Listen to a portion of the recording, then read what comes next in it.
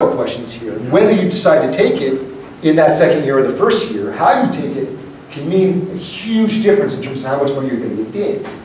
Do you take it in that first year, or you take two lump sum hits in that second year? What is more tax advantageous?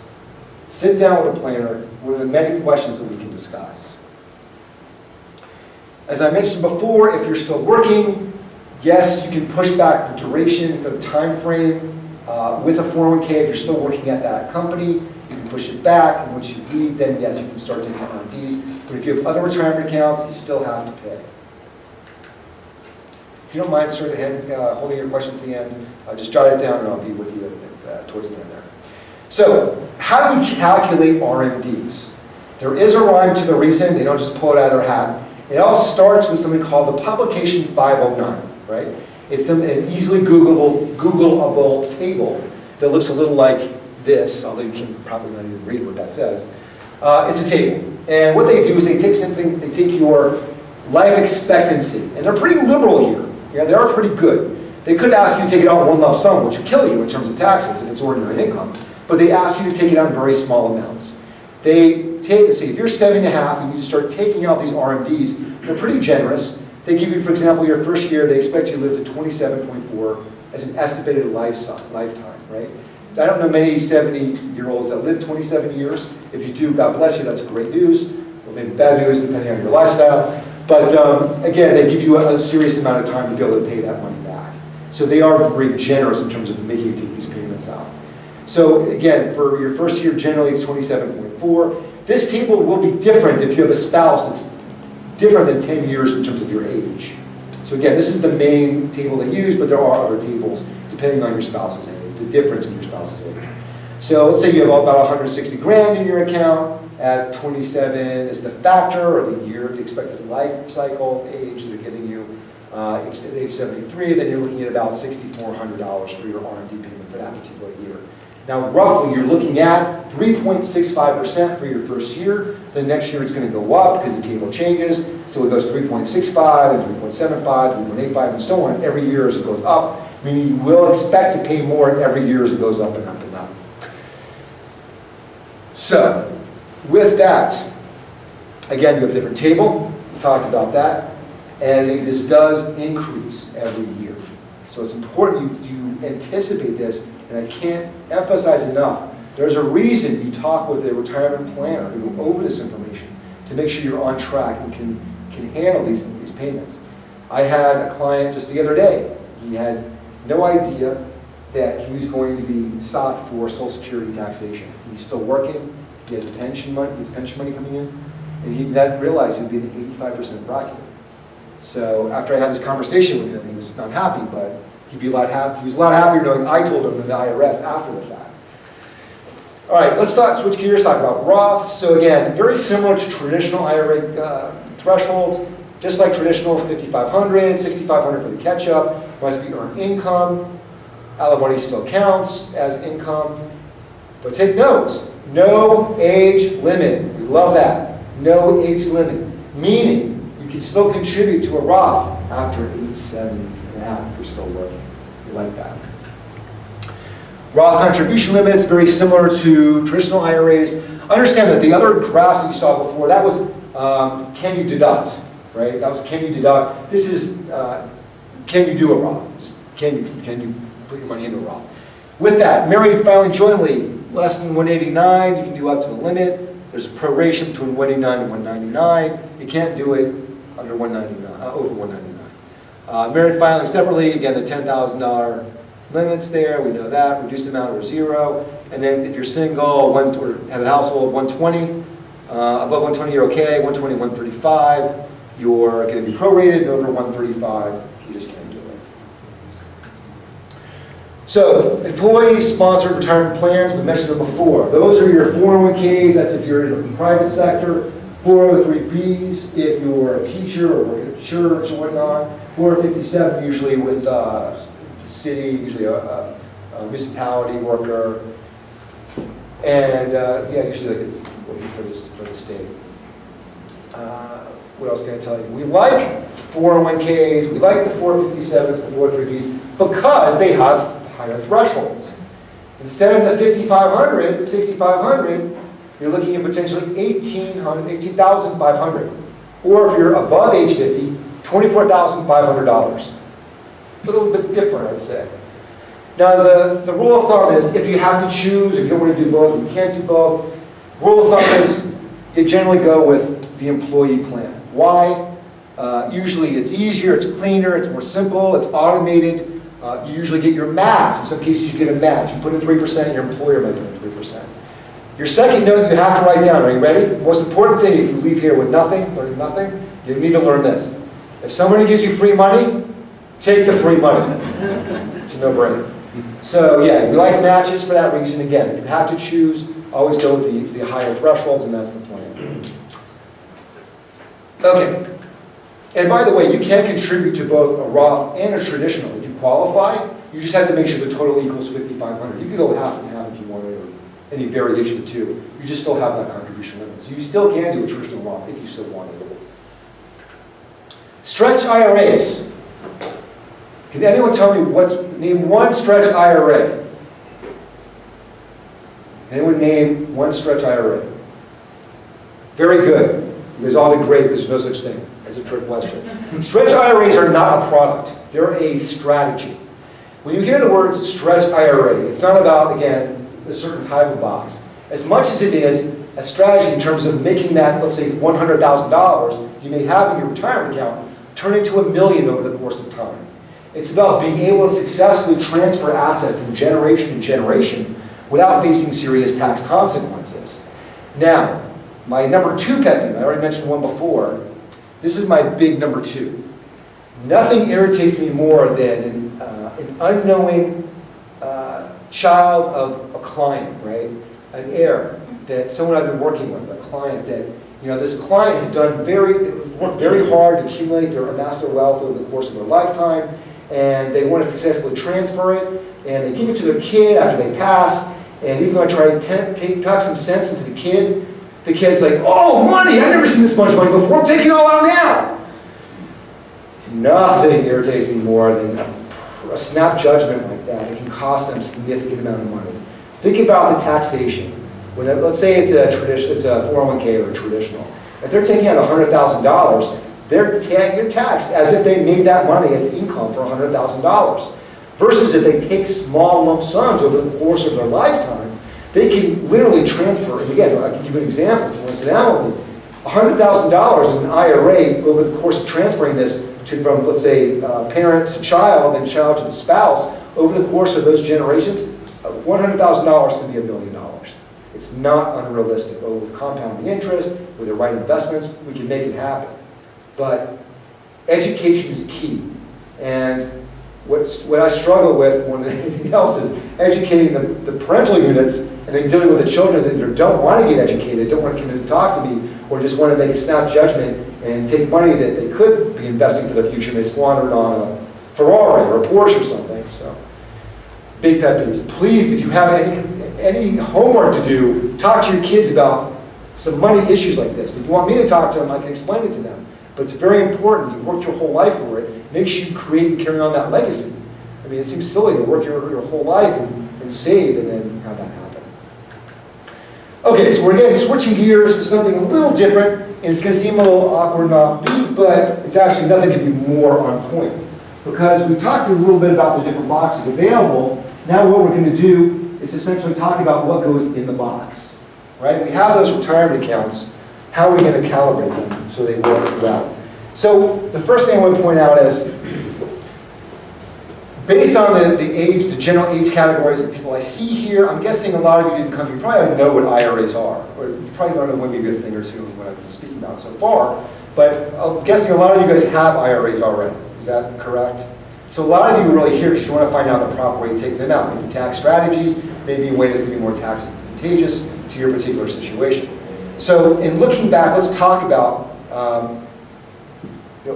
how we calibrate, how we structure a portfolio within that IRA to make sure it's going to be advantageous.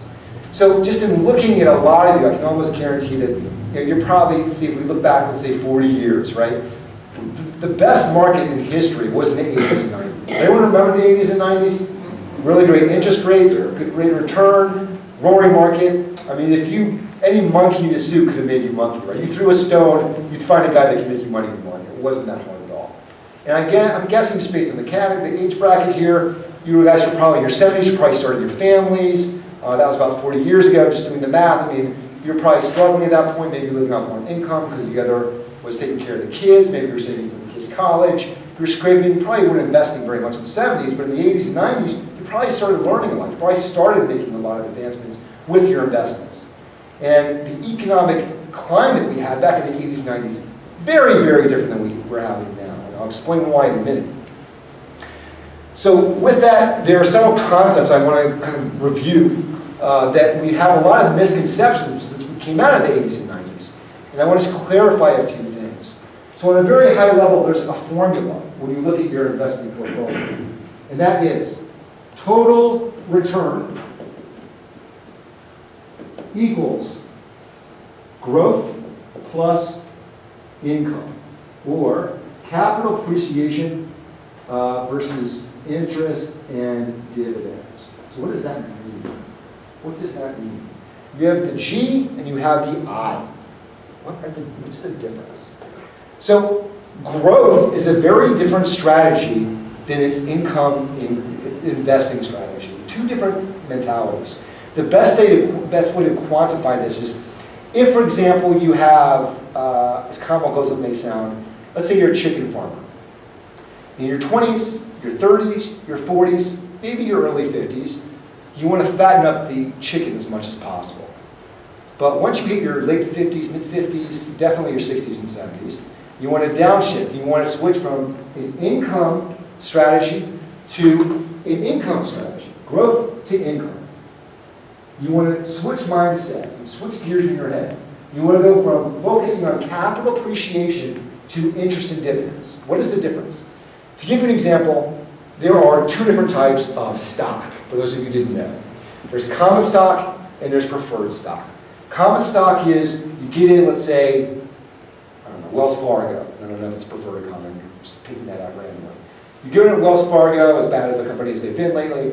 You get in, let's say, $10 a share. You hope it goes to $20 a share. Keep your fingers and toes crossed and just pray every night that it goes up. And if when you cash out, you make your money. If you don't, it's a paper loss or paper gain. Right? Does that make sense to everybody? Conversely, you have preferred. And all that does apply to preferred stock. Let's say Apple. So with that, yeah, you're getting in with Apple. It's like 150. You hope to gosh it goes to 160 or 170. And then you cash out, that's when you make your money. But conversely, that's one component. The other component is you have what's called dividends. And every quarter, based on the number of shares you have of that particular company, you get a certain percentage of return because you literally are an owner in that company. So yes, while appreciation does this, you don't care because when you get older, all you care about is that consistency in income, which essentially is going to replace your work funds. Is that clear with everybody? So the reason that's important is because back in the 80s, people kept saying, I want growth, I want growth. But we don't really want growth, you want return. Very big difference, right? Because again, you want total return. And where that total return comes from, we don't really care. And I'll give you an example. If I told you that I could get you a bank CD, FDIC insured, at 10% return, who would want that? Let me see a show of hands. You don't want that? Come on, you don't want a 10% return CD. Solid, guaranteed by the federal government. It's backed. Up to $250,000. Of course you do. It's 10% return, right? Do you remember what CDs are paying right now? Do you have any idea what they're? Less than 1%. So when you get 10%, you're killing it, right? So with that in mind, understand that there's no such thing as growth in a CD. That's all income. So again, you guys don't care whether it's growth or income as long as you're getting your high return, right? Does that make sense? But what does matter is to make sure once you switch gears and go from a growth to income mentality, you're getting away from the growth for a good reason. Does anyone know what that reason is? Sometimes the G can turn into an L. The growth can equal a loss. And that's not good when you're retiring. In your 20s to 40s, you can weather the storm. It's okay. But not as we get older. When we're younger, we have time but not money. When we're older, we have money but not time. So it's important when we're younger, we take those risks. It's okay to be aggressive, but not when we get older. And to give you an idea, I see a lot of misconceptions. As you can imagine, I do portfolios all day long that come across my office. And I can tell you, when they come across my desk rather, and when I see them come to my office, people have a big misconception. That misconception is they use something called reverse dollar cost averaging, or what's called SWP, systematic withdrawal plan method. This is your principle. A lot of people think you're supposed to take out a slice, a slice, a slice until what happens? You have no money left in your portfolio. If you retire at age 60, if you're a couple, one of you has a 40% chance of living 30 years. So with that in mind, the least amount, the more time you can allow before you dip into principal, the better. I tell my people, don't even think about touching your principal until you're in your 80s, because you're going to need it. With advancements in technology, nutrition, the medical field, people are just living longer lives. I have kids, they're almost 2. Those kids are projected to live to 100, 120 based on those 3 factors. So as we get older, we have to be very careful. Imagine, by the way, the strain on Social Security that's going to be, but I digress. Systematic withdrawal plan, we want to avoid that, right? We know, does anyone know what the #1 fear that seniors have is? Exactly, it's outliving their income. Income is the outcome. If you don't have income, you're just a homeless person on the street. So we want to avoid dipping into our principal. Now, this is bad enough. And this is bad when, as we know by default, the market by design goes up and down. Is there anyone disputing that? Okay. So that's assuming the market's an all-time high and continues to be high. But what if the market corrects and goes down? Well, you're not taking 1 slice at a time. You're taking 2 or 3 or 4 times the amount of slices because the value of those shares has gone down. So it's even more catastrophic and more detrimental to your portfolio. So again, this is the 3rd issue. If you learn nothing, understanding this. So DCA, by the way, if you didn't know, is what you guys have been doing. And I want to applaud you. You've all been doing something right. You didn't even know it. You've been putting chunks of money away, the percentage of your income, or you've been putting chunks away just of money, and you've been, over time, putting that money away in a retirement account. And over time, even if the market goes down, you're still putting money in, which overall drives the price of the shares down, and you're buying more shares. So over time, that drives the value of the cost of the shares down, but over time, you see more and more money. And that's DC. Very, very similar to a 30-year mortgage.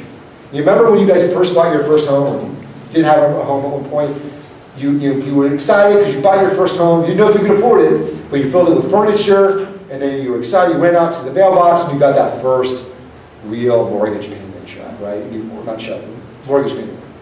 And you looked at the mortgage payment, and you saw how much principal you're paying versus how much interest you're paying. And you thought, oh my God, I'm never going to be able to pay this back. This is crazy. This is insane. I'm never going to pay this off. But over time, you put a little bit in, a little bit more, and by 30 years, if you've got a 30-year fixed, you're paying almost all principal and very little interest. And that's how DCA works. Same exact thing. But with SWP, systematic withdrawal plan, exact opposite, right? So we want to, if you're doing the math, it's the exact same thing. We want to avoid that by all means. Okay. Okay.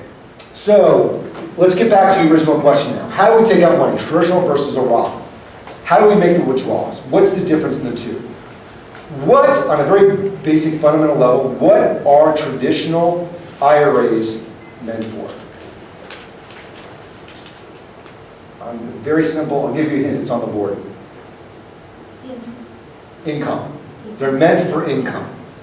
And to give you an example, let's say you want to buy a car with your retirement money. You're past the 59 and a half, you're not going to annoy me with that irritation.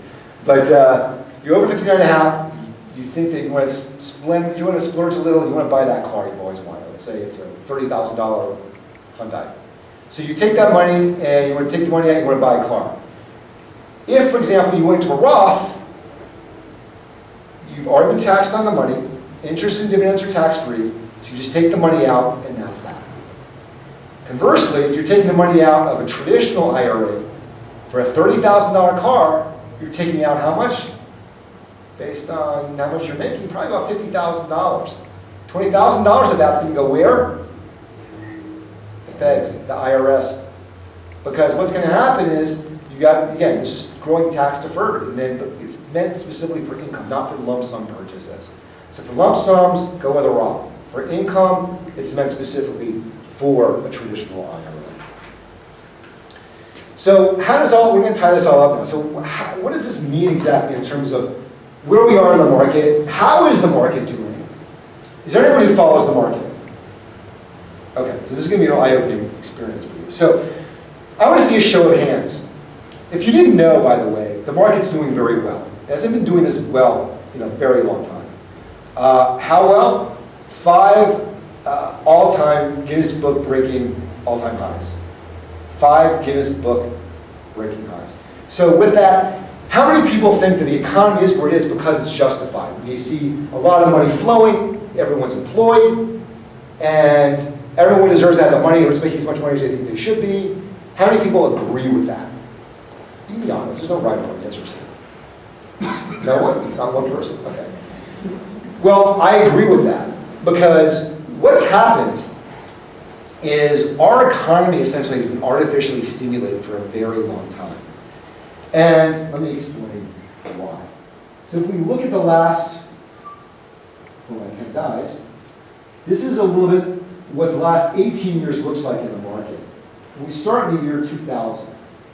As you recall, as I mentioned before, 1980s, 1990s, we killed it. Best stock market in history at that point. Then we saw things change. When did it dip? Anyone know what year our first dip? 2008. That was the second dip. You're jumping ahead.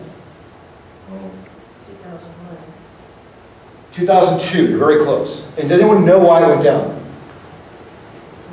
You're on a roll. It went down because of the tech crash. You can give me a sheet of paper, handwritten, double-spaced, and say, Alec, I have a great idea for a .com. You're going to love this .com. The cigar-chomping salesmanship way. You're going to love this idea. It's going to blow everybody away. Revolutionize the world. Well, we saw a lot of great .coms come of it. Google, Yahoos of the world, all great. But we see a lot more that didn't go well and drag down our economy.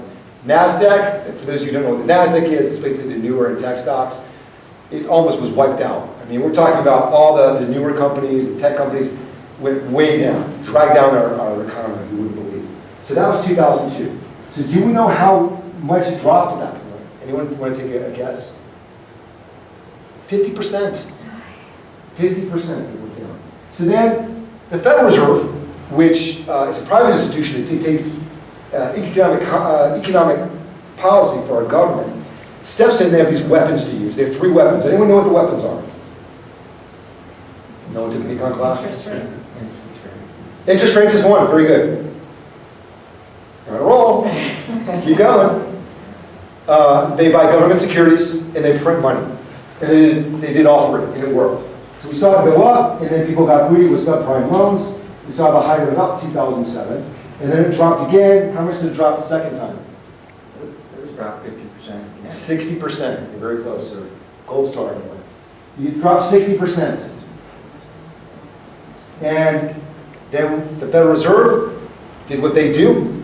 They did HARP, they did TARP. They put money into play, or took it out of the economy in some cases, and it worked. Here we are in 2018, where the market can either go up, which is a bull market, stay flat, which is a flat market, or go down, which is a bear market. How many people, let me see a show of hands, how many people think that the market's going to go up in the next year or 2? You guys are pessimists. How many people think it's going to go flat? 1, 2, 3, 4. How many people think, is everyone else thinking it's going to go down? Okay. Are you guys ready for this? So, let's pretend, before we get to the answer, let's pretend that you are a retiree, and you retired 18 years ago. Let's say you put $1,000 in the year 2000. What year did you make your money back with these 2 dips? What year did you make your money back if you bought a $1,000 CD in the year 2000? 2015. Very, very close. 2013. And in some cases, some portfolios, yes, I would agree 2015. But if you talk to the media, they're going to tell you 2013. So think about it. Now let's pretend that $1,000 wasn't a $1,000 CD. What if it was your entire portfolio? What if that portfolio was something you needed to generate money with And what if you need to survive on that money? Your portfolio went down 50% in the first drop and 60% in the second drop. How many sleepless nights did you go through before you saw the rebound in that moment? There's a great article in, I believe it was Time magazine or Newsweek, about all these seniors having to go back to work that were in retirement because they couldn't afford to live off their 401ks, their life savings, that were wiped out. I don't want this to happen to you. It won't happen to our clients because we have a strategy to avoid that. I can explain how that is if you want to come see me. But with that, you have to understand 2 market drops. Now, for those of you who think it's going to be flat, I have news for you. So if we look at history, and that's, I think, we're our next slide. If we look at the different periods in history, and again, this isn't me, this is history talking. Before I get into this, how many people think history repeats itself? Let's see a show of hands. Okay. Mark Twain had a great quote. He said, history doesn't repeat itself, but it sure does rhyme. And I would pretty much agree with that. I don't think it's exact, but it definitely is similar. So we're looking at our stock market history. We had a bull market. That was around World War II. That lasted about 25 years. Then we had a 7-year up market. That was a bull market in the Roaring 20s. It wasn't called the Roaring 20s for the flapper dresses and the bootlegging. It was because the market took off. Guess how much? 400%. The average Joe made a killing for the first time in history. And I think it was Joe Kenny that said, whenever I hear tips from my shoe shine boy, I know it's time to get out of the market. And I love that quote, by the way. But I think we're seeing something similar right now. I'll explain that in a second. We had another bull market, bear market after that. In like the 1929, we had the Great Depression. Does anyone know how long it took to get out of the Great Depression? Yeah, I'll give you a hint. It's after World War II. It's going to blow your mind. 15 years? If only. It was a 25-year period. It was 1954, 1954 when we really got technically out of the Depression. And we benchmarked that with, let's say, $1,000 in OCD there to $1,000 there. Yes, there was ups and downs in between, but really to get out is when you make your money back, right? That's the point we used. So it wasn't necessarily World War II, although it helped, but it's all the GIs returning home from the war. And what happens when you take flight to the suburbs after World War II? What's in the suburbs in the 1940s? Nothing. So what do you got to do in the 40s when you go to the suburbs? You have to build and buy houses. You have to buy cars to get to the houses. You have to fill the houses full of stuff. Stuff being refrigerators, washing machines, and so on. And that's what at the time considered the corporate golden age, right? That's when everything was doing great. We were one of the better times in the economy. But again, that changed, and we had another time of political unrest. We entered the 60s, basically, where we had Korean War, Vietnam War, we had Nixon Gate, a lot of political unrest. The Civil Rights Movement, people were protesting when, according to corporate America, they should be buying products. So with that, we had another lull. And that was another long period, I think a 16-year period. And then we came out to another good year and a good period, another bull market from 1980 to 1981, rather, it's 2000. And we talked about that being a great market, we know that already. And that lasted 18 years. So knowing the best market we've had in history has been an 18-year period is without question, the majority of people in this room will be hitting a bad market once in their life, at least. So it's important that, again, you budget appropriately and you calibrate your assets so they're meant for income. Does that make sense? So getting back to our chart, the last 18 years. So we've had one drop, we've had two drop. If we did not have at least a third, a fourth, a fifth, or sixth market drop, which we see without exception in each one of these bear markets, a third, a fourth, a fifth, or a sixth market drop in those periods, it would be breaking not one, not two, but 3 Guinness Book of World Records. Does anyone know anyone who made 1 Guinness Book of World Record, much less 3? Probably not. It would be the first time we didn't have that for a correction in history in the bear market. It would be the second book of world record, it was breaking, the second Guinness Book of World Record, where it would be going this length of time, from 2009 to 2008. 2018, 2019, where we didn't see some kind of correction. And finally, the third Guinness Book of World Record it would break would be if PE ratios would be this high and didn't correct. Now, what is a PE ratio? How many people here talked to a realtor and did the comps before they bought their house? Did you guys do what the comps are for your house? You sell houses, okay. So this nice woman probably does the comps and tries to get the general value based on other nearby houses, right? To get the value. And really, not to burst your bubble, but the only value of a house is whether someone's willing to pay for a certain amount for that house. A house is only am I right? The value of a house is only worth what someone's willing to pay. The same with a stock. A lot of that's built on emotion, it's a curve value, if you will. It's built on a lot of things. But PE ratios, generally when they're down here, are in the single digits, roughly. When they're towards the top of a market, they're usually around 30 to 40 or so for a PE ratio. Profits or earnings. Overall stock versus how much they're earning. So, guess where we are now? No gray volunteers? We're all friends, you can just shout it out, it's okay. We're just under 30. So while we might not have it happen tomorrow, or next week, or even next month, or even next year, it's very, very, very, very close. And that's not getting into all the other red flags we have. What are the red flags? Well, there are a lot. On average, the market turns every 69 years, they say.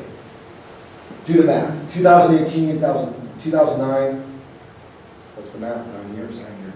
So what else? So we have the 9-year rule.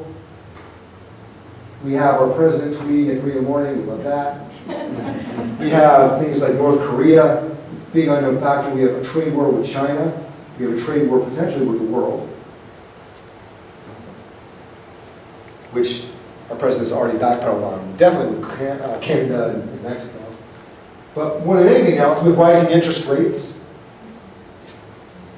And we have one of the biggest, that no one's even really mentioned very frequently, and that's the federal deficit. Does anyone know what our federal deficit is at right now? I'm sorry? 21. Very close, 23 trillion now. They're saying 23 trillion. And with a new tax bill, that's only added on another 6 trillion, supposedly. $6 trillion for the tax bill. So again, a lot of the elements are aligning to create that perfect storm. We have to be extremely careful. Extremely careful. Any questions about this? This one I'll entertain a question. Yeah, a lot of times you think that you look at unemployment and you say things are looking good, but all these other things that you don't think about that you just listed, and it throws a lot of uncertainty into a lot of things. Absolutely. And then, again, just touching the tip of the iceberg. There are other factors we can get into. These are some of the biggest. But yeah, so again, it would be breaking 3 Guinness Book of World Records if we did not see that third, a fourth, a fifth, or even a 6th market correction within the next, I don't know, a couple of years. And there are economists out there